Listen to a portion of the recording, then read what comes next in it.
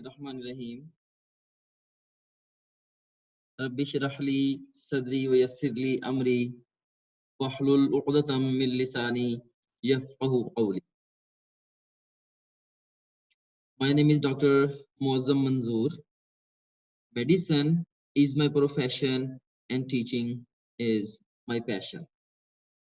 आज का जो हमारा वेबिनार है, this is about the best strategy to prepare for medical entrance test जो कि ईटा का होता है in 27 days. अब आपके पास ग्रॉसली 27 डेज हैं इससे पहले कि आप अपने ईटा मेडिकल एंट्रेंस एग्जाम में अपीयर हों, तो आपने इन दिनों को बेस्ट यूटिलाइज किस तरह से करना है, हम इसके ऊपर थोड़ी सी बात करें, right?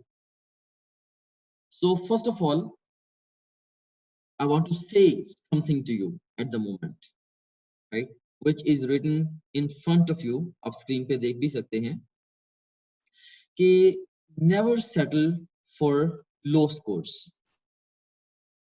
Everyone is capable of great scores if preparation is done the right way. Okay? आपने लो स्कोर्स पे सेटल नहीं होना, आप में से हर कोई एक्स्ट्राऑर्डिनरी स्कोर गेन कर सकता है बशर्ते कि जो तैयारी है वो सही तरीके से की जाए, राइट? तो इसके अलावा अब यहाँ पे देखें कि अब ये एक बिल्कुल एकदम से सॉर्ट ऑफ इमरजेंसी सिचुएशन है उन स्टूडेंट्स के लिए जो कि ईटा मेडिकल के लिए तैयारी कर रहे थे कि सडनली टेस्ट अनाउंस हो गया और दरमियान में जस्ट 1 मंथ का गैप है। अब इस वक्त जो दो अहम 3 क्वेश्चंस हैं जो आपने खुद से पूछने हैं और उनको आंसर करना है, वो है कि नंबर 1 व्हाट टू डू, क्या करना है, और नंबर 2 हाउ टू डू, यानी कि कैसे करना है। अब 27 दिन हैं, 27 दिनों में क्या करें और कैसे करें कि आपका जो ईटा का एग्जाम है या मेडिकल एंट्रेंस एग्जाम है जो ईटा का, ये क्लियर हो जाए, राइट? सो बेसिकली मैं आपके लिए इन दोनों क्वेश्चंस ही को साइंटिफिक ग्राउंड्स के ऊपर आंसर करूं, राइट? तो आप ताकि आप जो आने वाले आपके जो 27 डेज हैं, आप उन डेज को बेस्ट यूटिलाइज कर सकें। ऑलराइट, इसमें हमने आपको हेल्प आउट करने के लिए किया क्या है, राइट? फर्स्ट ऑफ ऑल, एक तो हमने जो ईटा के पास पेपर्स हैं उन सारे पास पेपर्स को हमने टॉपिक वाइज सॉर्ट किया। हमारे सिस्टम में भी टॉपिक वाइज पास पेपर्स मौजूद हैं।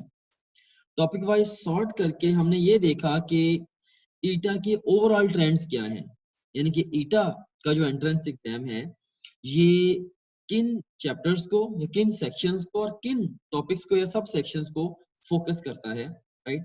सो हमने इस चीज को एनालाइज किया। और सेकेंडली हमने जो प्रीवियस ईयर्स के टॉपर्स हैं उनके साथ कन्वर्सेशंस की, और इसके अलावा हमने पढ़ने की और टेस्ट टेकिंग जो स्ट्रेटजीज हैं उन बच्चों की जिनके अच्छे स्कोर्स आए, हमने उनके साथ डिस्कशंस की और हमने अल्टीमेटली हमने स्टडिंग और टेस्ट टेकिंग स्ट्रेटजीज बनाई कि जिससे हमें पता है कि यार ये चीजें वर्क करती हैं और बच्चों के नंबर एक्स्ट्रा ऑर्डिनरीली अच्छे आते हैं, राइट? तो देखें कि अब आपकी जो अप्रोच है, जिस तरीके से आप लोग तैयारी कर रहे होंगे, मे बी वो अच्छा या बेहतर तरीका होगा, लेकिन बेहतरीन तरीका नहीं होगा। तो बेहतरीन तरीकाकार वो होगा जिस तरीकाकार को इस्तेमाल करते हुए सेवरल ईयर्स से कंसिस्टेंटली बच्चे जो वो अच्छे रिजल्ट्स ले रहे हैं, राइट? सो मैंने क्या करना है, मैंने आपकी बायस को रिमूव करना है और जो कंसिस्टेंटली फ्रूटफुल ओवरऑल स्टडी और टेस्ट टेकिंग स्ट्रेटजीज हैं मैंने वो आपसे शेयर कर। एनीवेज, हमने देखिए क्या किया है। सबसे पहले तो हमने काम ये किया, हमने ईटा के एग्जाम को अंडरस्टैंड किया in the light of the past papers. Simply हमने ये अंडरस्टैंड किया कि किन चैप्टर्स और किन टॉपिक्स के ऊपर ईटा के एंट्रेंस एग्जाम का फोकस है। इसके अलावा हमने जो प्रीवियस ईयर्स के टॉपर्स हैं उनके साथ कन्वर्सेशंस की ताकि हमें अंदाजा हो सके कि उन्होंने किस तरीके से तैयारी की है जिस वजह से वो इतने अच्छे स्कोर्स ले पाए। और उसके बाद हमने अकॉर्डिंगली हमने अपने एक्सपीरियंस के साथ कंबाइन करते हुए हमने पढ़ने की और टेस्ट टेकिंग स्ट्रेटजीज बना दी जिनसे कंसिस्टेंटली अच्छे बल्कि बहुत अच्छे स्कोर्स आते हैं। और उसके बाद फिर इसके अकॉर्डिंगली मैंने क्या किया है, इसके accordingly study schedule for you. तो हमने आपके लिए स्टडी शेड्यूल बनाया है 27 डेज का, which will tell you what to do and how to do. कि आपने अगले 27 दिनों में क्या करना है और कैसे करना है, इस चीज के ऊपर आपको हमारा जो स्टडी स्केड्यूल है वो क्लियरली गाइड कर देगा। ऑलराइट, तो इसमें यू सीन है कि अब अगले 27 दिनों में आप करेंगे क्या, राइट? अगले 27 दिनों में आप क्या करेंगे? सबसे पहले नंबर पे अगले 27 दिनों में ये किस तरीके से होगा ये भी मैं आपको स्केड्यूल करके दूंगा।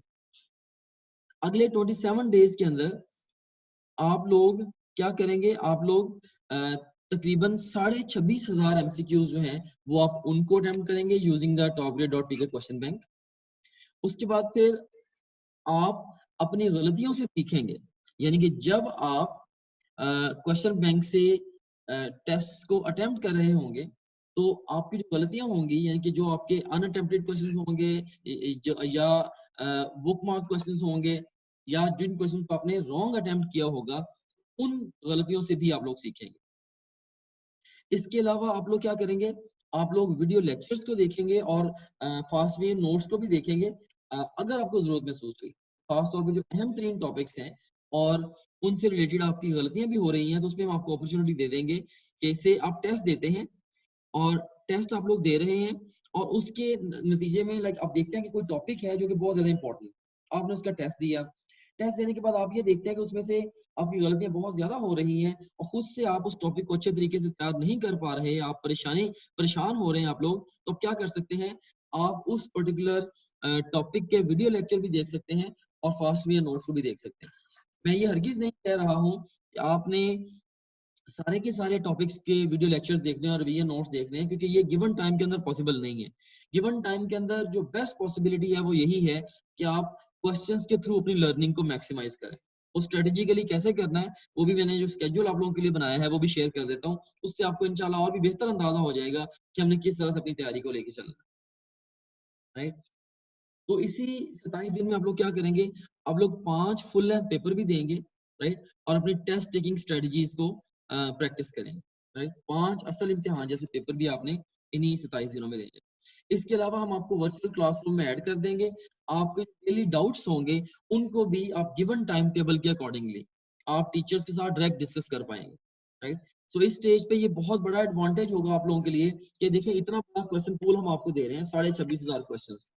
आप इन क्वेश्चन को स्पीडली अटेम्प्ट करते जा रहे हैं, जहां पे आपसे मिस्टेक होती है, गलती होती है, आप उस क्वेश्चन से रिलेटेड एक्सप्लेनेशन को पढ़ लेते हैं, राइट? और अपनी गलतियों से सीख लेते हैं साइड बाय साइड। जिन चैप्टर्स के अंदर या टॉपिक्स के अंदर आप बहुत ज्यादा ब्लॉक हो रहे हैं, वीडियो लेक्चर्स और रिवीजन नोट्स आप देख सकते हैं। और इसके अलावा फिर भी अगर डेली बेस पे आपके दिमाग में कंफ्यूजन है तो बजाय कि आप डिफरेंट एकेडमीज में जाएं, टीचर्स को चेस करते फिरें, तो हमने आपको डेली बेस पे अपॉर्चुनिटी दे दी है कि आप हमारे वर्चुअल क्लासरूम के अंदर टीचर्स के साथ डायरेक्ट उन डाउट्स को क्लियरली डिस्कस कर लें, राइट? इसी दौरान के अंदर आप क्या करेंगे? आप इंटरैक्टिव बुक मार्क क्वेश्चन को भी डेली बेस पे अटेम्प्ट करेंगे और जो मोस्ट इंपॉर्टेंट कंटेंट है ईटा के एग्जाम से 2 दिन पहले आप उसको भी रिवाइज करें। मोस्ट इंपॉर्टेंट कंटेंट क्या है और आपने उसको कैसे सॉर्ट आउट करना है, राइट? आपको कैसे पता चलेगा कि एग्जाम का फोकस कहाँ पे रहा है, ये भी अभी मैं आपको थोड़ी ही देर में गाइड करने वाला हूं, राइट? सो ये अगले 27 दिनों में ओवरऑल आपकी ये स्ट्रेटजी है। सो वंस अगेन मैं अपनी डिस्कशन को कंक्लूड करना चाहूंगा। देखें कि सम अप करना चाहूंगा आपके लिए इस वक्त अहम तरीन 2 सवाल क्या है, क्या करना है और कैसे करना है, राइट? हमने इन 2 सवालों का आंसर देने के लिए हमने काफी सारी मेहनत की है। हमने पास्ट पेपर्स को एनालाइज किया, टॉपर्स के साथ कन्वर्सेशंस की, अपने एक्सपीरियंस को कंबाइन करके हमने ओवरऑल स्ट्रेटजीज आपके लिए डिवाइस कर दी और उसके अकॉर्डिंगली हमने आपके लिए स्केड्यूल डिजाइन कर दी। उस स्केड्यूल के मुताबिक आप जो वो क्या करेंगे? अगले 27 दिनों में तकरीबन 26,500 MCQs अटेम्प्ट कर लेंगे, अपनी गलतियों से सीख लेंगे, जहां जरूरत पेश आएगी उन टॉपिक्स के लिए या वीडियो लेक्चर रिवीजन नोट्स भी देख पाएंगे और डेली डाउट्स को भी टीचर से डिस्कस कर पाएंगे इन द वर्चुअल क्लासरूम। और इसके अलावा फिर आप जो ओवरऑल कह लें कि जो मोस्ट इंपॉर्टेंट आपके टॉपिक्स होंगे आप उन टॉपिक्स को भी डिस्कस कर पाएंगे just 2 days before the exam. Alright, तो अब मैं आपको इसका डेमो देता हूँ। एक्चुअल डेमो मैं आपको देता हूँ। सीन है कि ये हम अब चलते हैं स्केड्यूल की तरफ। जो 27 डेज का स्केड्यूल मैंने बनाया है, हम उस स्केड्यूल को जरा इन डिटेल देखते हैं। सीन है, देयर वी गो। तो ये हमारे पास आ गया है स्केड्यूल। ओके, तो इसमें आप देखें कि इसमें हमने क्या किया है। इसमें ये आपका स्केड्यूल जो स्टार्ट हो रहा है फ्रॉम 24 ऑफ अगस्त और ये 19 ऑफ अगस्त को जाएगा। 19th ऑफ सितंबर तक ये जाएगा, राइट। 24th ऑफ अगस्त से 19th ऑफ सितंबर तक ये जाएगा। और इसके अंदर देखिए आप लोगों ने करना क्या है, इसके अंदर जो ना हमने डे वाइज आपको स्प्लिट करके दे दिया हुआ है। हमने डे वाइज आपको स्प्लिट करके दे दिया है। डे 1 के आपने क्या करना है, डे 2 पे क्या करना है, और उसके अकॉर्डिंगली हमने क्या किया हुआ है ये भी देखें कि जैसे फिजिक्स का इसका सेक्शन हमने बता दिया कि मेजरमेंट है, मेजरमेंट के अंदर से ये वाले टॉपिक्स हैं। ये सेक्शन ओवरऑल एग्जाम के लिए जो है वो इंपॉर्टेंट है। इसके अंदर साथ हमने आगे आपको बता दिया है इस सेक्शन के ये वाले सब सेक्शंस कवर करने हैं, और हमने एग्जैक्ट टास्क डिस्क्रिप्शन भी दे दी है कि इतने एमसीक्यूज का आप क्वेश्चन बैंक से जाके टेस्ट दें और उसके ऊपर इतना टाइम लगेगा और उस सब्जेक्ट पे टोटल आपका इतना टाइम लगना है एंड सो ऑन, राइट। तो इस तरीके से हमने कह लें कि पूरे का पूरा जो स्केड्यूल है उसको हमने लाइन अप कर दिया होगा, राइट। सो ये आपका स्केड्यूल है, आप कह लें कि 27 डेज का स्केड्यूल है। इस 27 डेज के स्केड्यूल को आप स्ट्रिक्टली फॉलो कर लेंगे। इससे अच्छा इसी स्केड्यूल के अंदर अंदर हमने क्या किया हुआ है, हमने एक स्टार्ट में और एक मिड में जाके आपसे एफएलपी भी ले लिया है। 3 एफएलपी जो है ना हमने वो डे 27 पे रखे हैं जाके, जैसे एफएलपी नंबर 3, 4 और 5, राइट। और इसमें देखिए डे 24 और 25 में हमने क्या किया है, हमने सारे के सारे जो पास्ट और इनकरेक्ट जो बुकमार्क क्वेश्चंस हैं हमने उनके लिए आपको टाइम एलोकेट कर दिया है। देखिए पहले 23 दिनों में आप क्या करेंगे, आप अपना पूरे का पूरा सिलेबस जो अच्छे तरीके से कवर कर लेंगे, राइट। और ना सिर्फ कवर करेंगे बल्कि अपनी गलतियों से आप लोग सीख भी लेंगे। इस वक्त देखें, इस वक्त आपके पास हरगिज हरगिज ये टाइम नहीं है कि आप लोग जो है वो टेक्स्ट बुक्स को इन डेप्थ डिटेल से पढ़ें और उसके बाद फिर लेक्चर्स भी सुने और रिवीजन नोट्स वगैरह भी देखें इधर उधर के। इस वक्त आपके पास जो बेस्ट चांस है अच्छा स्कोर करने का वो यही है कि बस आप बेतहाशा एमसीक्यूज को अटेम्प्ट करें, और जो एमसीक्यूज आपके गलत हों आप उन एमसीक्यूज से लर्निंग ले लें, अपनी मिस्टेक से आप लोग सीख लें। देखिए एग्जाम में जाके जो आप कह लें कि गलतियों को अवॉइड करने का जो बेस्ट वे है वो ये है कि एग्जाम से पहले ये गलतियां कर लें। देखिए ये जो 26,000 एमसीक्यूज हैं या इससे थोड़े से ज्यादा एमसीक्यूज हैं, ये एमसीक्यूज वो एमसीक्यूज हैं लाइक जहां से आपका तकरीबन सारे का सारा यानी कि यहाँ से आपके 100% एमसीक्यूज आने हैं, ठीक है। ये ऑल पॉसिबल एमसीक्यूज को रिप्रेजेंट करते हैं। तो आपने क्वेश्चंस की प्रैक्टिस के थ्रू सीखना है, क्वेश्चंस की प्रैक्टिस। ये सारे के सारा हमारा जो 27 डेज का स्केड्यूल बना है इसमें हमारा जो मेजर एरिया ऑफ फोकस है वो जस्ट क्वेश्चंस की प्रैक्टिस है, राइट। पहले आपके लिए ये पॉसिबल नहीं था कि लाइक आपने बेतहाशा अगर क्वेश्चंस को अटेम्प्ट करना चाह रहे थे तो आपके पास कोई ऐसा प्लेटफॉर्म नहीं था कि आप इतनी बड़ी तादाद में इतने कम टाइम में क्वेश्चंस को अटेम्प्ट कर सकें, वो भी अपनी मर्जी के मुताबिक और उनसे लर्न कर सकें। लेकिन अब टॉप ग्रेड की शक्ल में आपके पास एक एक्स्ट्रा ऑर्डिनरी प्लेटफॉर्म जो है वो मौजूद है। तो आप इस प्लेटफॉर्म को यूज करके फॉर श्योर आप बहुत अच्छा स्कोर जो है वो ले सकते हैं। और इसमें देखें इस स्केड्यूल के अकॉर्डिंगली पहले 23 दिनों में हमने क्या किया, हमने हर दिन सारे सब्जेक्ट्स को कैरी किया और हमने इन 23 दिनों में ये किया है कि आपके पूरे सिलेबस को एक दफा हमने कवर करवा दिया। इसके अंदर हमने आपको ये भी साथ गाइड कर दिया हुआ है कि आपका जो ज्यादा इंपॉर्टेंट चैप्टर है कि हमने आपको साथ ये भी गाइड कर दिया है कि देखें कि जैसे अगर आप फिजिक्स की बात करते हैं तो फिजिक्स में न्यूक्लियर फिजिक्स है, तो ये ओवरऑल एग्जाम के लिए देखिए इसकी इंपॉर्टेंस हमने हाई रखी हुई है। 3 तरह की इंपॉर्टेंस हो सकती है, जैसे एनवायरमेंटल केमिस्ट्री है सेम डे के ऊपर केमिस्ट्री की, तो इसकी इंपॉर्टेंस हमने मीडियम रखी है। बायोलॉजी का बायोटेक्नोलॉजी है, इसकी भी इंपॉर्टेंस मीडियम है। इंग्लिश का ओवरऑल जो भी सेगमेंट है उसकी भी इंपॉर्टेंस मीडियम है। इस दिन जो फिजिक्स का कंटेंट है वो बहुत ज्यादा इंपॉर्टेंट है। ये हमने इस तरीके से इसको हर जगह पे सेक्शंस की इंपॉर्टेंस को डिफाइन किया है कि एग्जाम ने जहां ज्यादा फोकस किया, राइट। अभी बल्कि आप लोग ये भी कर सकते हैं कि आप लोग जैसे ये न्यूक्लियर फिजिक्स है ना, तो इसमें से अगर आप देखना चाहें कि ये जितने भी इसके टॉपिक्स हैं जैसे न्यूक्लियर रिएक्शंस हैं या न्यूक्लियर फिशन है या फ्यूजन रिएक्शन व्हाटसोएवर, आप इनके अंदर भी देखना चाहें कि एग्जाम ने कैसे फोकस किया है, इसका भी तरीकाकार मैं आपको बता देता हूँ। ये देखें, अभी हम चलते हैं से स्टूडेंट अकाउंट की तरफ चलते हैं। से यहाँ से मैं जाता हूँ, आपको लेके जाता हूँ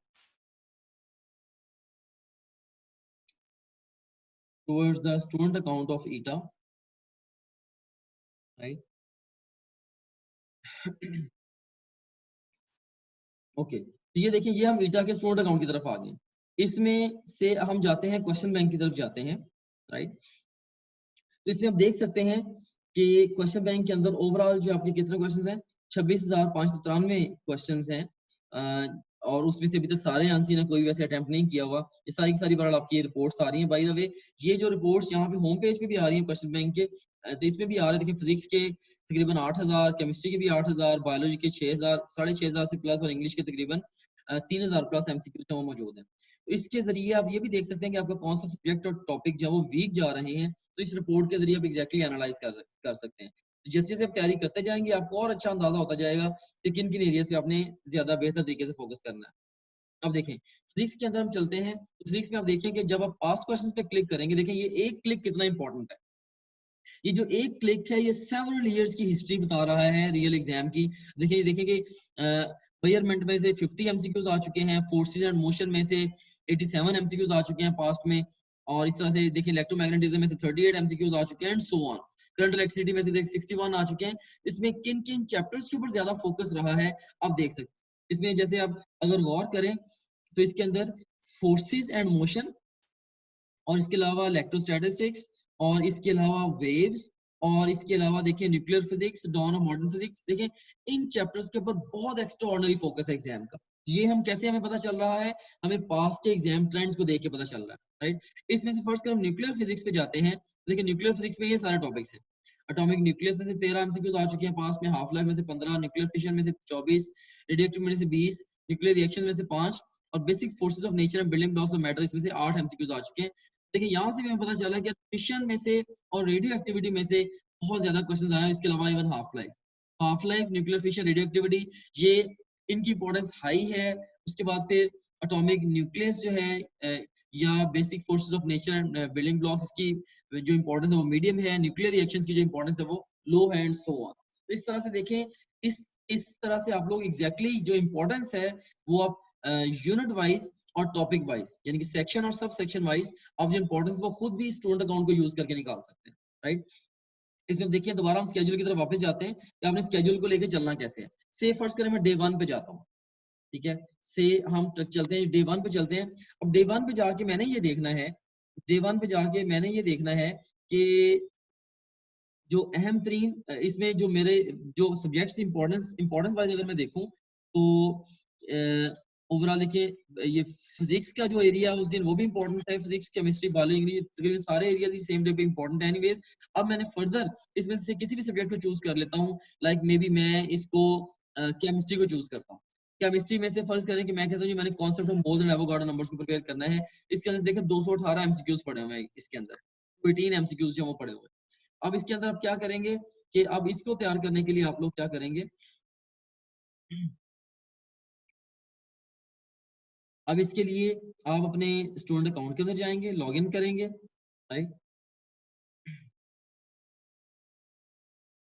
तो इसमें से मैं क्वेश्चन बैंक के होम पेज पे जाता हूँ। इसमें अगर आप देखें here we've got केमिस्ट्री, तो केमिस्ट्री के अंदर आप देखें स्टिशियोमेट्री में अगर मैं जाता हूँ तो इसके अंदर देखें कि concept of mole Avogadro numbers में से ये एमसीक्यूज पड़े हुए हैं, राइट।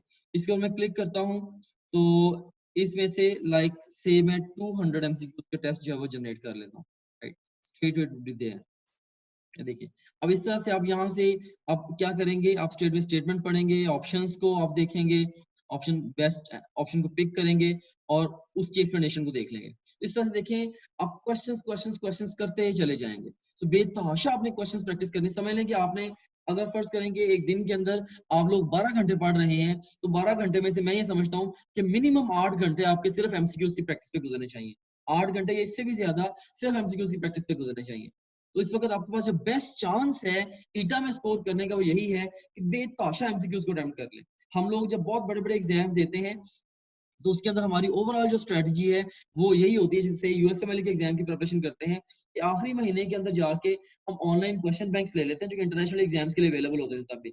तो हम क्या करते थे कि day in day all the time बस किताबें टेक्स्ट बुक्स अपने पास रखी और स्ट्रेट फॉरवर्ड एमसीक्यूज अटेम्प्ट करते चले गए। जहां पे एमसीक्यू गलत हुआ उसकी एक्सप्लेनेशन देख ली, अगर नहीं समझ आ रही बुक को कंसल्ट कर लिया, फिर भी नहीं समझ आ रही तो फिर जो है ना वो किसी टीचर से कंसल्ट कर लिया, जो कि हम भी आपको फैसिलिटी दे रहे हैं कि वर्चुअल क्लासरूम में व्हाट्सएप के ग्रुप के अंदर कंसल्ट कर सकते हैं सो ऑन। तो बस आपने क्वेश्चंस को अटेम्प्ट करते चले जाना है और क्वेश्चंस की प्रैक्टिस ने ही आपका जो ईटा का मेडिकल का जो एंट्रेंस एग्जाम है इसको पार लगाना है। तो यही आपका इस स्टेज पे इतने कम टाइम में बेस्ट चांस है टू सक्सीड, राइट। तो यहाँ पे मैं अब आपको फर्दर एक दो चीजें और भी बताना चाहूंगा। ये एनोटेशन मैं खत्म करता हूँ, मैं स्क्रीन को दोबारा शेयर करना चाहूंगा। एनोटेशन खत्म कर दी है and sharing the screen again, okay. तो यहाँ पे एक बात आप याद रखना कि आपका जो टाइम है वो लिमिटेड है, टाइम आपका लिमिटेड है, आपकी जो एफर्ट्स हैं वो भी लिमिटेड है, राइट। आपने फोकस कहाँ पे करना है, you have to focus more on most likely to be tested areas. ज्यादा अहम चैप्टर कौन से हैं और उसके बाद ज्यादा अहम टॉपिक कौन से हैं, आपने उन पे फोकस करना है, राइट। और ये चीज आपको कैसे पता चलती है, ये चीज आपको पास्ट ट्रेंड से पता चलती है। पास्ट एग्जाम के जो ट्रेंड्स हैं वहां से आपको इस चीज का बड़ा अच्छा अंदाजा होता है, राइट। और पास्ट एग्जाम ट्रेंड्स आपको कैसे पता चलेंगे, आप स्टूडेंट अकाउंट से भी देख सकते हैं। इसमें आपने करना क्या है, तो देखिए इस वक्त आपने अपना एनालिसिस करके आपने इसमें आपने ये एक साइक्लिक वे में आपकी तैयारी चलनी है। आपने एनालाइज करना है अपनी प्रिपरेशन को, उसके अकॉर्डिंगली प्लान तैयार करना है, उसके अकॉर्डिंगली आपने प्रिपेयर करना है। तो प्रिपरेशन के बाद आपने दोबारा उसको एनालाइज करना है after may be after every day, right, या हर 2 से 3 दिन के बाद दोबारा एनालाइज करें, उसके अकॉर्डिंगली दोबारा अपनी प्लानिंग को रिवाइज करें, दोबारा अकॉर्डिंगली प्रिपेयर करें।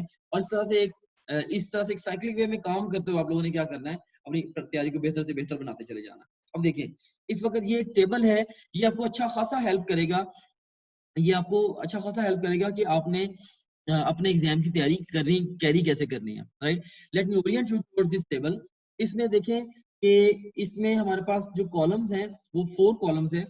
एक्सट्रीम लेफ्ट कॉलम में या कॉलम नंबर 1 के अंदर देखें कि टॉपिक्स प्रायोरिटाइजेशन टूल जरा वो डिस्कस किया गया। उसके बाद फिर हाई इंपॉर्टेंस के टॉपिक्स है हमारे पास, राइट। ये ओवरऑल जो है ना, ये टॉपिक प्रायोरिटाइजेशन टूल मैंने बनाया है कि आपने आपने किस तरह से डिसाइड करना है कि आपने किन चैप्टर्स को किन टॉपिक को पहले तैयार करना है, राइट, या किन पे आपने ज्यादा फोकस करना है। तो आप लोग ये काम करेंगे इस तरीके से कि डेली बेस पे जो ज्यादा मुश्किल और ज्यादा अहम चीजें हैं उनको आप डे के फर्स्ट हाफ में करेंगे, और जो ज्यादा आसान चीजें हैं और कम अहम चीजें हैं उनको डे के सेकंड हाफ में आप ले जाएंगे, राइट। तो इसमें बहरहाल आप देखें कि इसके अंदर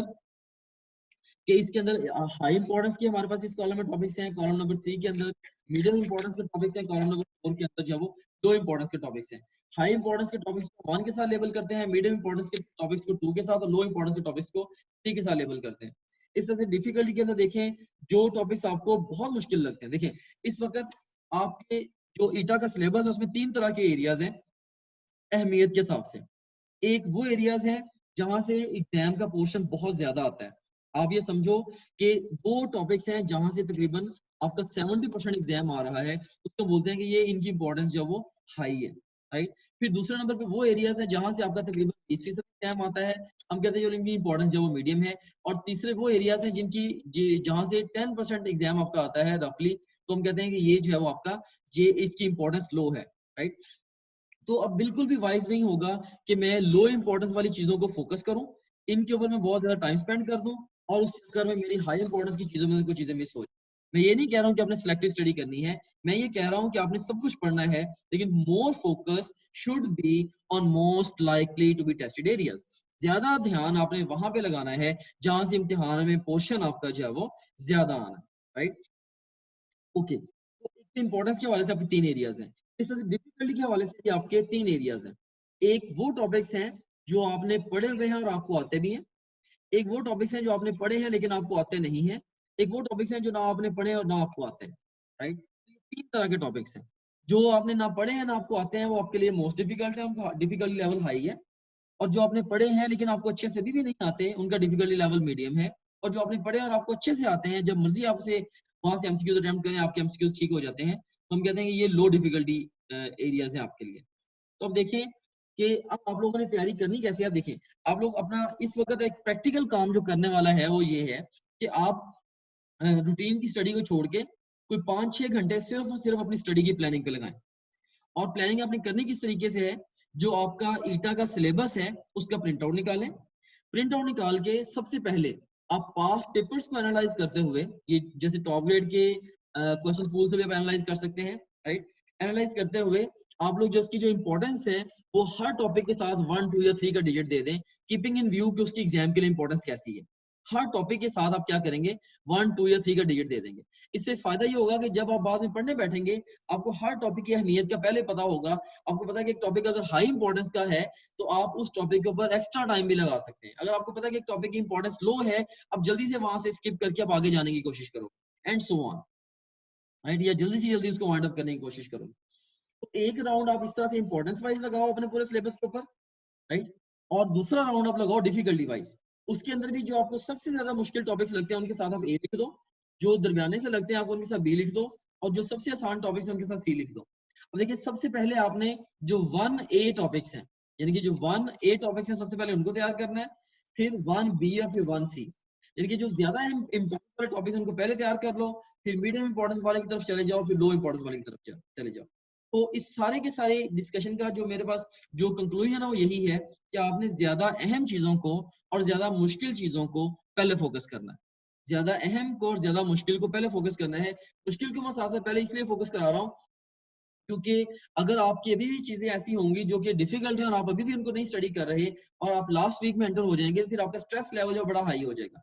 सो बेस्ट वे यही है कि आप अभी से इसको अपनी जो मुश्किल चीजें उनको भी साथ साथ ओवरकम करते चले जाओ। बट ये एक बहुत ही पावरफुल टूल है, ये बड़ा साइंटिफिकली डिजाइन टूल है कि जिससे ऑटोमेटिकली जो प्रिंसिपल मैंने आपको बताया ना, ये वाला प्रिंसिपल आपको बताया है कि you have to focus more on most likely to be tested areas, right.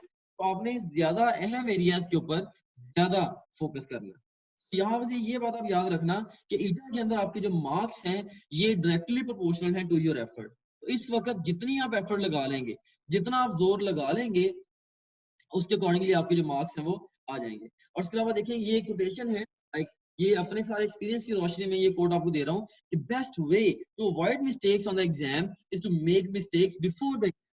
कि अगर इम्तिहान में आपने गलतियों को अवॉइड करना है, उसका जो बेहतरीन तरीका है वो ये है कि आपने एग्जाम से पहले आपने सारी गलतियां कर लेनी है। देखिए एमसीक्यूज के अंदर गलतियां होनी ही होनी है, वो गलतियां आप इम्तिहान से पहले कर लें और उनको करेक्ट कर लें या इम्तिहान में जाके कर लें, चॉइस इज योर्स। तो इस वक्त मैं ये समझता हूँ, मैं दोबारा फिर इस बात को रीइंफोर्स करूंगा, keeping in view its importance. इस वक्त तकरीबन 25 से 26 हजार एमसीक्यूज, तमाम मुमकिन एमसीक्यूज का पूल है आपके ईटा के लिए। आप इन क्वेश्चंस को अटेम्प्ट कर लें अगले 27 दिनों में। ग्रॉसली डेली बेस पे डेली के ग्रॉसली 1000 एमसीक्यूज बनते हैं, और 1000 एमसीक्यूज डेली करना ये कोई बहुत बड़ा टारगेट नहीं है, क्योंकि जब आपने ऑल द टाइम बैठे सिर्फ और सिर्फ एमसीक्यूज ही करते चले जाना है, राइट। तो do questions questions questions and more question, right. तो अब कह रहे हैं जितने ज्यादा क्वेश्चन आप कर सके वो करें। सबसे बड़ा मसला तो ये होता है कि इतना बड़ा क्वेश्चन पूल कहाँ से आए, आ गया तो उन क्वेश्चंस की क्वालिटी, फिर उनके आंसर्स, उनकी एक्सप्लेनेशन, ये चीजें नहीं है। तो टॉप ग्रेड की शक्ल में आपको ये सब कुछ बड़ा इजीली अवेलेबल हो रहा है, राइट। सो मैं आपको स्ट्रांगली ये सजेस्ट करूंगा कि आप लोग जो है वो ये क्वेश्चन पूल इसके थ्रू आप प्रिपरेशन करें। So simply stated, if you carefully follow the study plan, you will be equipped with everything you need to score high on the ETA. जो मैंने आपको स्टडी प्लान दिया है 27 डेज का, right. एक दफा फिर मैं स्टडी प्लान की तरफ जाता हूँ कि मैं थोड़ी सी और बातें आपको बता देता हूँ कि ये जो 27 डेज का स्टडी प्लान दिया है, इसके अंदर देखिए पहले 27 दिनों के अंदर आप लोग एक दफा पूरा सिलेबस कवर कर लेंगे, उनकी इंपॉर्टेंस को भी, टॉपिक्स की या चैप्टर्स की इंपॉर्टेंस को भी मद्देनजर रखते हुए पूरा सिलेबस कवर करने के अलावा आप लोग क्या करेंगे, हमने 23 दिनों में पूरा सिलेबस एक दफा कवर कर लेंगे। और इसके अलावा जो है वो डे 24 और 25, इन 2 दिनों में आप सारे के सारे जो पास क्वेश्चंस हैं या आपके जो इनकरेक्ट क्वेश्चंस होंगे या टेस्ट देते हुए जिनका बुक मार्क करेंगे, उन क्वेश्चंस का जो पूरे के पूरा वो आपने इन क्वेश्चंस के लिए भी 2 दिन रखे हैं हमने कि आपने जो डे 24 और 25 के ऊपर इन चीजों के ऊपर भी फोकस कर लेना है। फिर डे 26 के ऊपर आपने क्या करना है कि जो आपके मोस्ट इंपॉर्टेंट टॉपिक्स हैं, ये जो 23 दिन आपने गुजारने हैं ना, स्टार्ट में 23 डेज गुजारने हैं, इसके अकॉर्डिंगली आपने साइड बाय साइड एक लिस्ट बनानी है डे 26 के लिए, या 26वें दिन मैंने क्या क्या चीजें रिवाइज करनी है, या 26वें 27वें दिन मैंने आखिरी दिनों में मैंने कौन सी चीजें रिवाइज करनी है। क्योंकि होता है ना कि जब आप टॉपिक पढ़ रहे होते हैं आपको साथ साथ एहसास हो रहा होता है कि यार ये चीजें तो मैंने रिवाइज करनी है, बाद में मुझे रिवाइज करनी पड़ेगी, अगर रिवाइज ना की या लास्ट डे पे भी रिवाइज ना की तो मुझे ये चीजें भूल जानी है। तो आप ऐसी चीजों की जब आप तैयारी कर रहे होंगे 27 डेज, ये इनिशियल 23 डेज में, आप साथ साथ लिस्ट तैयार करते जाना। उस लिस्ट के अकॉर्डिंगली जो इंपॉर्टेंट स्टफ होगा आप उस वहां पे लाके कवर कर लेना। डे 26 पे 27 पे अपने एफएलपीज दें। मजीद अगर कुछ चीजें देखनी है आपने, अब उनको भी क्रिटिकली देख लें, और उसके बाद फिर आप जाके एग्जाम में बैठ जाएं। इसके अलावा एग्जाम से पहले इंशाल्लाह मैं आपको फाइनल इंस्ट्रक्शंस के ऊपर भी एक लेक्चर दूंगा, जिसके अंदर मैं आपको ये बताऊंगा कि एग्जाम में बैठे बैठे अगर 2 स्टूडेंट्स हैं उनकी तैयारी सेम है लेकिन सिर्फ वो एग्जाम को अप्रोच डिफरेंटली करते हैं, तो डिफरेंट अप्रोच के जरिए वो किस तरह से अपना स्कोर मैक्सिमाइज कर सकते हैं, इसके ऊपर मैं इंशाल्लाह एक सेपरेट लेक्चर आप लोगों का ले लूंगा, राइट। सो उसके बाद फिर देखें कि अगर आपने ये इंटेंसिव स्टडी का जो सेशन ईटा की तैयारी के लिए ज्वाइन करना है 27 डेज का, तो इसके लिए ये कॉन्टेक्ट नंबर है, इस पे आप कॉन्टेक्ट कर लें, व्हाट्सएप कर दें, तो ये आपको स्केड्यूल भी दे देंगे ये जो 27 डेज का मैंने बनाया है। और इसके अलावा आपने अगर टॉप ग्रेड ज्वाइन करना है तो उसके लिए भी आप इसी कॉन्टेक्ट नंबर पे ही आप रब्ता कर लें। इसके अलावा अगर आपके कुछ क्वेश्चन हैं तो वो आप मेरे से पूछ सकते हैं। मेरा जो नंबर है ये बॉटम में भी गिवन है, इसको मैं ज्यादा क्लियरली लिख भी देता हूँ यहाँ पे, राइट। अगर कोई भी क्वेश्चन है स्टेज पे आप, वो आप मुझे व्हाट्सएप पे भी भेज दें, उनको मैं आंसर कर देता हूँ।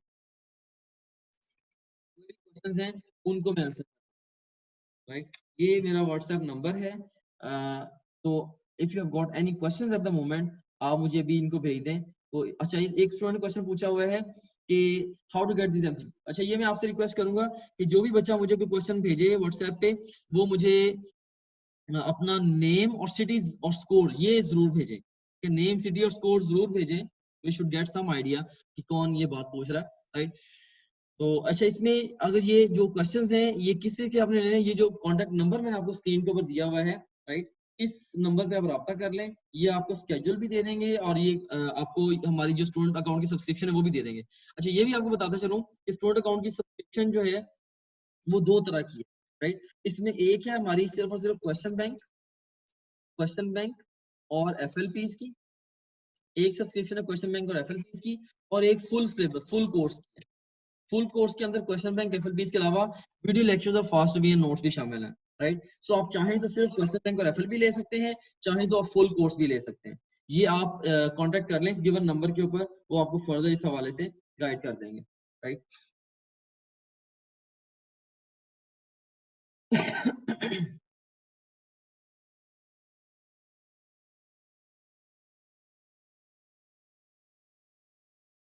ओके, तो ये एक स्टूडेंट ने क्वेश्चन पूछा कि ये खुरम है कोहाट से, इन्होंने क्वेश्चन पूछा कि इंग्लिश के ऊपर जो कमांड है वो हमने कैसे आंसर करनी है। अगर आपकी जो इंग्लिश है स्टेज पे वो है, तो इस इंग्लिश के जो लेक्चर्स आपके बनेंगे कुल मिला के तकरीबन तकरीबन आप कह लें कि 35 आवर्स के लगभग पूरी इंग्लिश के लेक्चर्स हैं, ठीक है। तो आप इन लेक्चर्स को सुन लें, इससे आपके इंशाल्लाह बहुत एक्स्ट्राऑर्डिनरी लेक्चर्स हैं, नोमान फैसल साहब ने डिलीवर किया है इन लेक्चर्स को, और ये जबरदस्त है, ठीक है। तो इनका फीडबैक भी स्टूडेंट्स का बहुत अच्छा है। वो स्टूडेंट्स जो कि इंग्लिश में खासतौर पर डिफिकल्टी फेस करते हैं, इन लेक्चर्स के सुनने के बाद वो कहते हैं कि वाकई हमारा जो पॉइंट ऑफ व्यू और हमारी जो प्रिपरेशन है इंग्लिश के बारे में वो चेंज हो गई। तो आप फुल कोर्स बाय करें और इंग्लिश का वहां से सारे के सारे लेक्चर्स जो उनको वो सुन लें, ठीक है। तो अगर कोई और अगर कोई क्वेश्चन है आपकी नजर में तो वो भी आप मेरे से पूछ सकते हैं। जी, कोई और अगर क्वेश्चन है किसी बच्चे का वो मेरे से पूछ लें। क्वेश्चन पूछने के लिए व्हाट्सएप नंबर पे ही आप मुझसे क्वेश्चन पूछेंगे, राइट।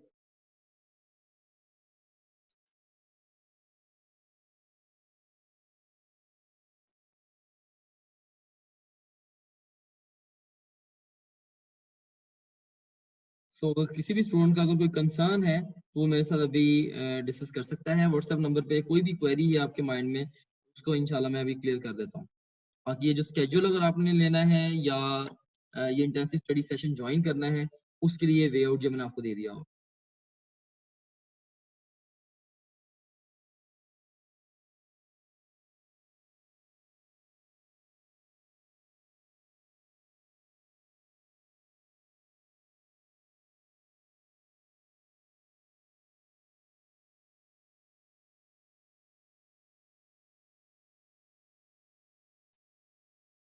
जी, स्टूडेंट्स जो स्केड्यूल के लिए मुझे ही कांटेक्ट करी जा रहे हैं, तो बच्चे स्केड्यूल लेने के लिए आप जो है वो इस नंबर पर रब्ता करें। ये जो नंबर मैंने दिया हुआ है ये मैं उसको दोबारा फिर यहाँ पे लेके आता हूँ।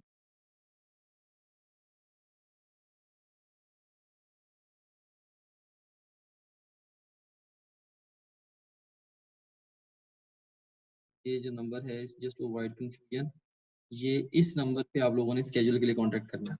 जिस नंबर,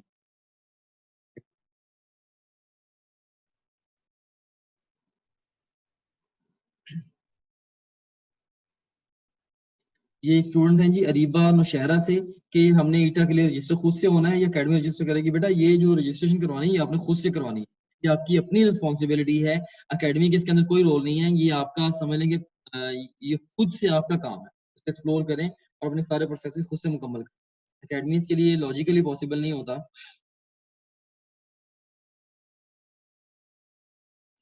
जी, अच्छा ये स्टूडेंट कह रहे हैं कि जी मैंने कोई क्वेश्चन पूछना है, मुझे अनम्यूट करें मीटिंग के अंदर। बेटा ये मीटिंग के अंदर मैं आपको ऐसे नहीं अलाउ कर सकता, वो उससे कई दफ़ा मसले हो जाते हैं। आपने जो भी क्वेश्चन पूछना है, आप मुझे यहीं पे भेज दें, राइट? कि ये मोहम्मद अहमद स्टूडेंट का नाम है, तो वो यहीं पे आप मुझे क्वेश्चन भेजें, या जो भी आप कहना चाह रहे हैं उसको मैं खुद बोलूँगा।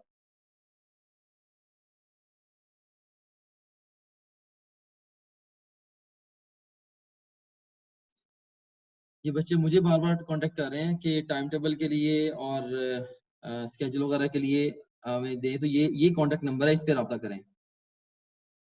जी, मैंने आपको भेज भी दिया है कॉन्टैक्ट नंबर।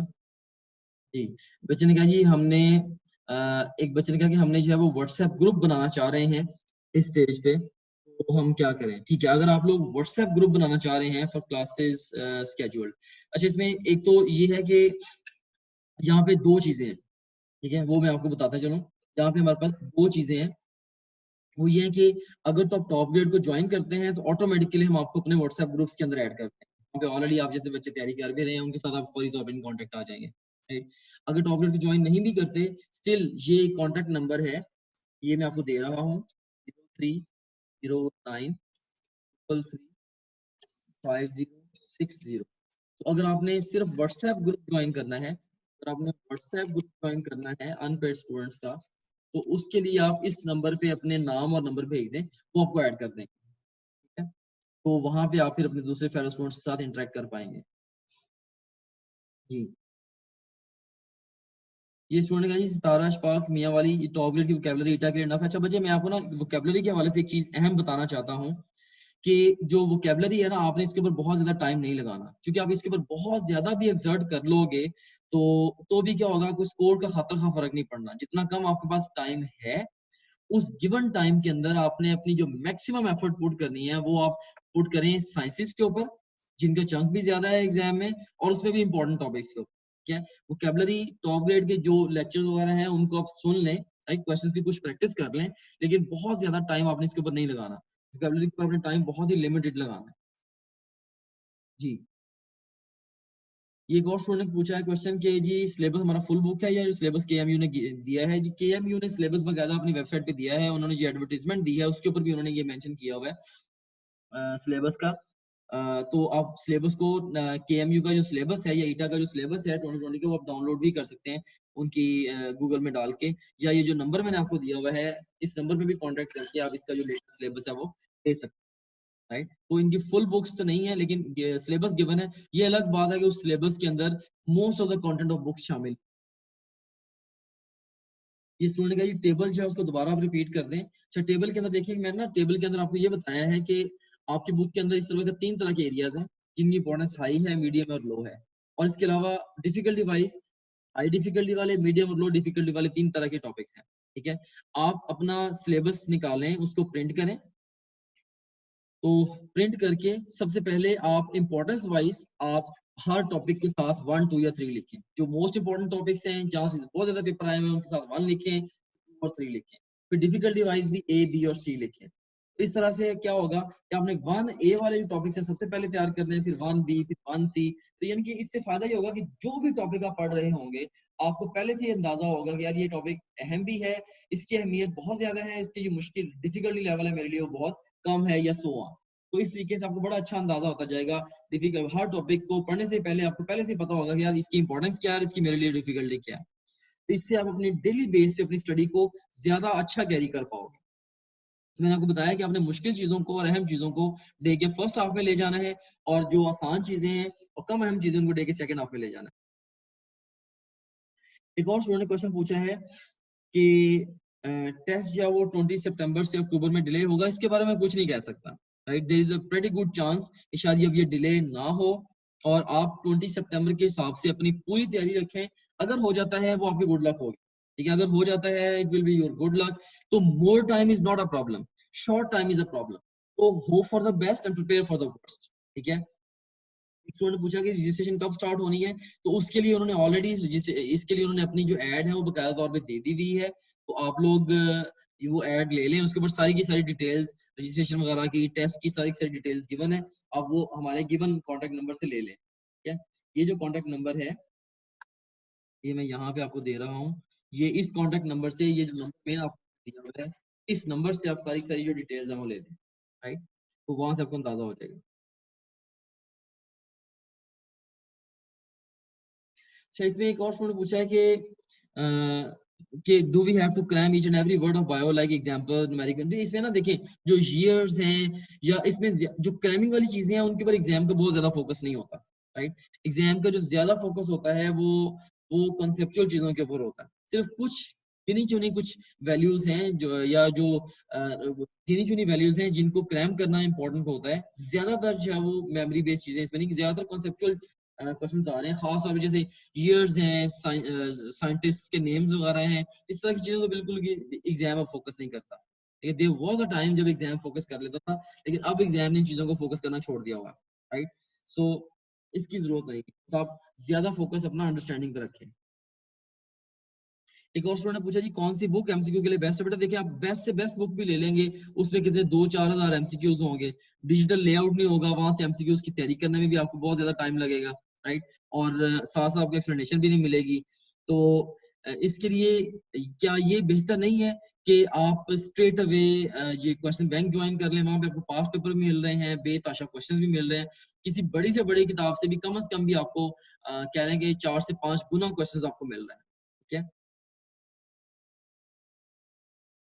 ये कॉन्सेप्चुअल क्वेश्चन फिजिक्स के आते हैं। फिजिक्स के क्वेश्चंस जो है ना वो मोस्ट कॉन्सेप्चुअल होते हैं। ये जितना भी कॉन्टेंट, सबसे ज्यादा जो कॉन्सेप्चुअल एरिया होता है वो फिजिक्स का होता है। तो इसका फिजिक्स के अंदर खास सारे बच्चे पूछते हैं कि सर हमें तरीका, बेहतरीन तरीकाकार क्या है। तो फिजिक्स की तैयारी का भी अगेन कि जो प्रैक्टिस फिजिक्स की जो तैयारी है, सिर्फ और सिर्फ आप एमसीक्यूज की प्रैक्टिस के जरिए बेहतर कर सकते हैं। अच्छा, इसके लिए ये स्टूडेंट पूछ रहे हैं कि जी क्वेश्चन बैंक और एफएलपीज की कॉस्ट क्या है। बेटा ये क्वेश्चन बैंक और एफएलपीज की कॉस्ट, एग्जैक्ट जो कॉस्ट है वो आपको, ये मैंने नंबर दिया है, आप उस नंबर पर रब्ता करें, वो आपको रिप्लाई कर देंगे। जो भी सब्सक्रिप्शन अवेलेबल है आपको बता देंगे। अच्छा, ये 20 डेज 27 डेज का स्केड्यूल अगेन स्टूडेंट पूछ रही है कि इसका मैंने क्या करना है। ये देखिए, ये जो कॉन्टैक्ट नंबर मैं आपको सेंड कर रहा हूँ अभी, इस नंबर पे आप रब्ता करें, इस नंबर पे कांटेक्ट करें, तो आपको ये मिल जाएगा स्केड्यूल।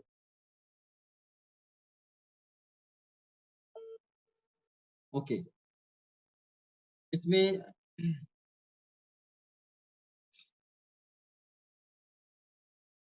स्टूडेंट है जी खलील खान फ्रॉम नौशहरा, कह रहे हैं कि मीटिंग से थोड़ा लेट हुआ तो ये डिटेल्स में दोबारा कैसे देख सकता हूँ। बेटा इसके लिए इंशाल्लाह मैं ये जो लिंक है अपलोड कर दूंगा, तो इसको हमारा जो व्हाट्सएप ग्रुप है उसमें भी शेयर कर दूंगा, आप वहां से इसको देख सकते हैं।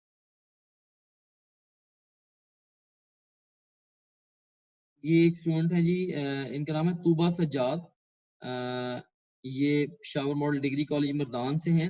यानी कि क्या आप क्वेश्चन बैंक हमें व्हाट्सएप कर सकते हैं। बेटा नहीं, ये व्हाट्सएप पॉसिबल नहीं होता।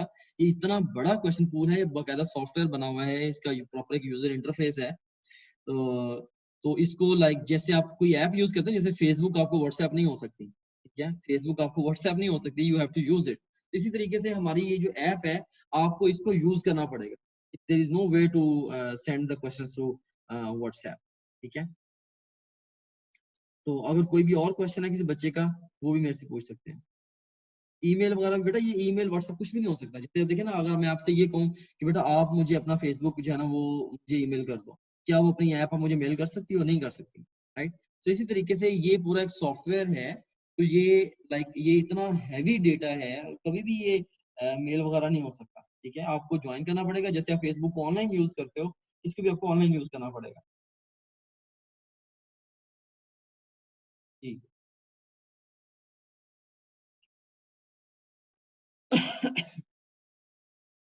एक और स्टूडेंट ने क्वेश्चन पूछा है कि हमें किंगडम्स पे ज्यादा फोकस करना चाहिए या दूसरी बात। आप देखें, इसका जो आंसर है वो कैसे लेना है, इस क्वेश्चन का आंसर मैं साइंटिफिकली देना चाहूंगा। एक स्टूडेंट है, इन्होंने अपना नाम नहीं बताया, अगर नाम भी बता दें ज्यादा बेहतर हो जाएगा। तो ये पूछ रही है कि जी हमने जो है वो किंगडम्स पे ज्यादा फोकस करना है या रेस्ट ऑफ द बायो पे ज्यादा फोकस करना है। तो इसके लिए हम स्ट्रेट अवे इसका जो आंसर है ये सिमाल है, सिमाल नूर फ्रॉम वाकैंड। इसके लिए देखिए आप क्वेश्चन बैंक पे जाएं, क्वेश्चन बैंक में आप बायोलॉजी पे जाएं इस क्वेश्चन का आंसर लेने के लिए, ठीक है। यहाँ पे आप पास्ट क्वेश्चंस पे जाएं और पास्ट क्वेश्चन में आप देखें कि एग्जाम का जो ज्यादा फोकस है, आप देखेंगे किन चैप्टर्स पे ज्यादा फोकस नजर आ रहा है आपको। सेल के ऊपर, बायोलॉजिकल मॉलिक्यूल्स, बायोएनर्जेटिक्स, प्रोकैरियोट्स, ठीक है। इसके बाद फिर ये देखें nervous coordination, chromosomes and DNA, in areas पे ज्यादा फोकस है, ठीक है। ओवरऑल जो एग्जाम की देखिए यहाँ से हमें पता चला कि जो टेंडेंसी है ओवरऑल वो किंगडम प्लांटी वगैरह की इससे क्वेश्चन आते हैं, लेकिन वो रिलेटिवली कम आते हैं, वो कम आते हैं क्वेश्चन, ठीक है। तो जो ज्यादा कॉन्सेप्चुअल जिस खास तौर पे एग्जाम का जो ज्यादा फोकस, मेरा जो एक्सपीरियंस है वो ये है, ज्यादा फोकस एग्जाम का सेल बायोलॉजी के ऊपर, इसके अलावा ह्यूमन फिजियोलॉजी के ऊपर, और इसके अलावा बायोटेक्नोलॉजी पे और जेनेटिक्स पे, इन चीजों पे एग्जाम का ज्यादा फोकस है, राइट। ये अगर कोई और क्वेश्चन है किसी बच्चे का, वो ही मेरे से पूछ सकता है। जी, एनी अदर क्वेश्चन?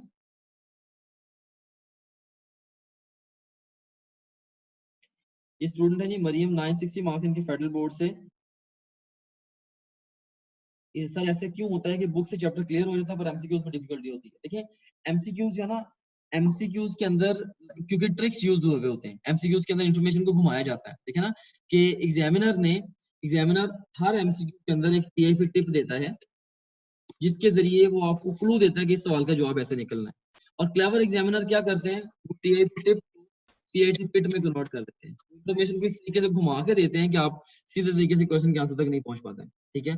तो कह रहे हैं कि इसका आपकी बात का सीधा जवाब ये है कि आपने जो बुक को पढ़ा है वो आपने क्वेश्चंस की बाइस के साथ नहीं पढ़ा, आपने पैसिवली पढ़ा, इसलिए आपको लगता है कि बुक क्लियर हुई है लेकिन नहीं हुई क्लियर। देखिए आपने कभी ऐसा एक्सपीरियंस किया कि आपने किसी टॉपिक को तैयार किया हो, किसी टॉपिक को आपने पढ़ा हो और उसके बाद आपने उसमें से क्वेश्चंस अटेम्प्ट करके उसको दोबारा पढ़ा हो, तो जब आप क्वेश्चंस अटेम्प्ट करने के बाद दोबारा आप उस टॉपिक को पढ़ते हो तो आपको उसी चैप्टर के अंदर या उसी टॉपिक के अंदर नई इन्फॉर्मेशन मिलनी शुरू हो जाती है, ठीक है। तो याद रखना, सवालों के बगैर जो लर्निंग होती है ये पैसिव लर्निंग होती है, और सवालों के साथ जो लर्निंग होती है वो एक्टिव लर्निंग होती है। तो आप लोगों ने अभी आने वाले दिनों में एक्टिवली लर्न करना है। ये जो क्वेश्चन आप पूछते हैं कि जी चैप्टर बुक से चैप्टर एक्चुअली क्लियर होता ही नहीं है आपका, सिर्फ आपको लगता है कि क्लियर हुआ, क्योंकि कोई भी टॉपिक आपको पता है कब क्लियर होता है। मैं आपको बता दूं, कोई भी टॉपिक आप तब कह सकते हो मेरा टॉपिक फाइनली एग्जाम के लिए तैयार है, जब आपने उस टॉपिक टेक्स्ट बुक को थॉरली और कंसेप्चुअली पढ़ लिया हो, उससे रिलेटेड आपने पास क्वेश्चंस अटेम्प्ट कर लिए हो, ऑल पॉसिबल क्वेश्चंस अटेम्प्ट कर लिए और अपनी गलतियों को भी करेक्ट कर लिया हो, और उसकी फास्ट स्टडी का वे भी आपने डिवाइस कर लिया हो। ये सारे काम जब आप किसी एक टॉपिक के साथ कर लेते हैं, फिर हम कहते हैं कि ये वो टॉपिक आपका बिल्कुल तैयार है। अदरवाइज जब आपका टॉपिक समझने के तैयार ही नहीं है, सिर्फ आपको लग रहा है कि तैयार है। जी, और कोई क्वेश्चन है अगर किसी बच्चे का?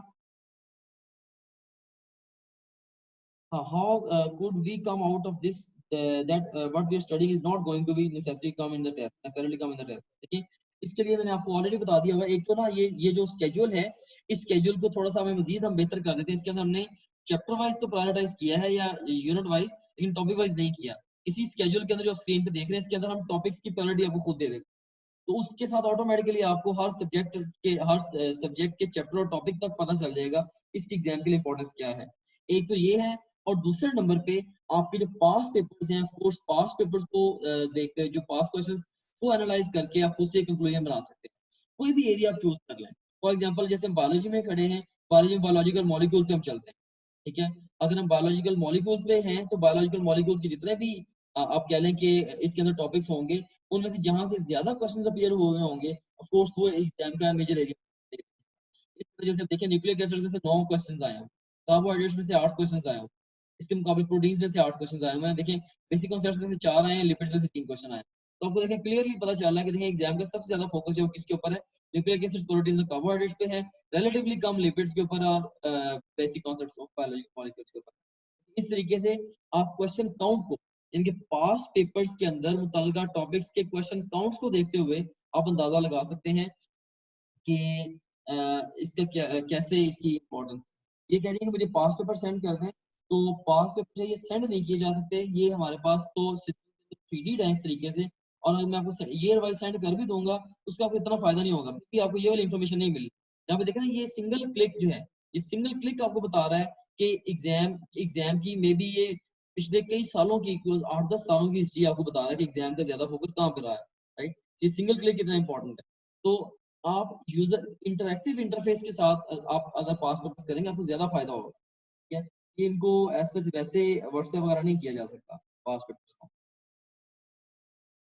सब्सक्रिप्शन लेंगे उसके अंदर ऑटोमेटिकली आपको पास पेपर्स जो है वो मिल जाएंगे। और अगर कोई क्वेश्चन है किसी बच्चे का वो मेरे से पूछ लें, अदरवाइज मैं अपनी डिस्कशन को भी यहाँ पे कंक्लूड करूंगा। That's all for today.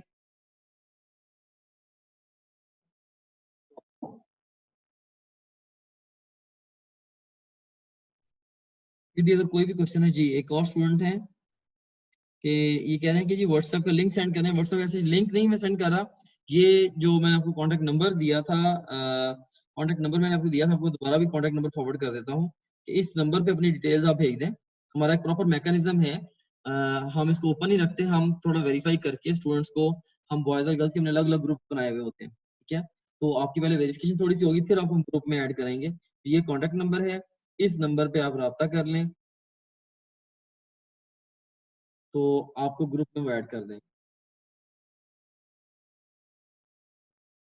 ठीक है बच्चों, that's all for today. So once again just to conclude my discussion कि आप हमारा स्केड्यूल फॉलो करें, topgrade.tk की सब्सक्रिप्शन ले लें। अगर आपकी तैयारी बहुत ही वीक है तो पूरी सब्सक्रिप्शन ले लें। अगर तैयारी कुछ आपने की है जस्ट उसको इंप्रूव करना है रिमार्केबली, आप क्वेश्चन बैंक का फुल लेंथ पेपर्स को ले लें। लेकिन जैसे कैसे भी है आप मैक्सिमम क्वेश्चन प्रैक्टिस के थ्रू और अपनी गलतियों से लर्निंग के थ्रू आप लोग क्या करें, अपने सक्सेस को इंश्योर करें, right. So that's all for today. I hope that you have enjoyed the process of learning with me. इंशाल्लाह आपके फाइनल एग्जाम से पहले मैं फाइनल इंस्ट्रक्शंस का एक लेक्चर जिसमें मैं आपको सारी टिप्स दूंगा कि किस तरीके से आपने एग्जाम में बैठ के बेस्ट परफॉर्मेंस देनी है। अभी तो मैंने आपको ये बताया कि अगले दिनों में आपने अगले 27 दिनों में तैयारी कैसे करनी है। फिर मैं आपको यही बताऊंगा कि एग्जाम वाले दिन या एग्जाम वाली नाइट पे आपने क्या करना है, एग्जाम वाली मॉर्निंग पे क्या करना है, एग्जाम में बैठ के क्या करना है, सब्जेक्ट्स को किस सीक्वेंस में अटेम्प्ट करना है, easy difficult very difficult question को आपने कैसे लेके चलना है, and so on, right. So that's all for today. May Allah bless you all. Allah Hafiz.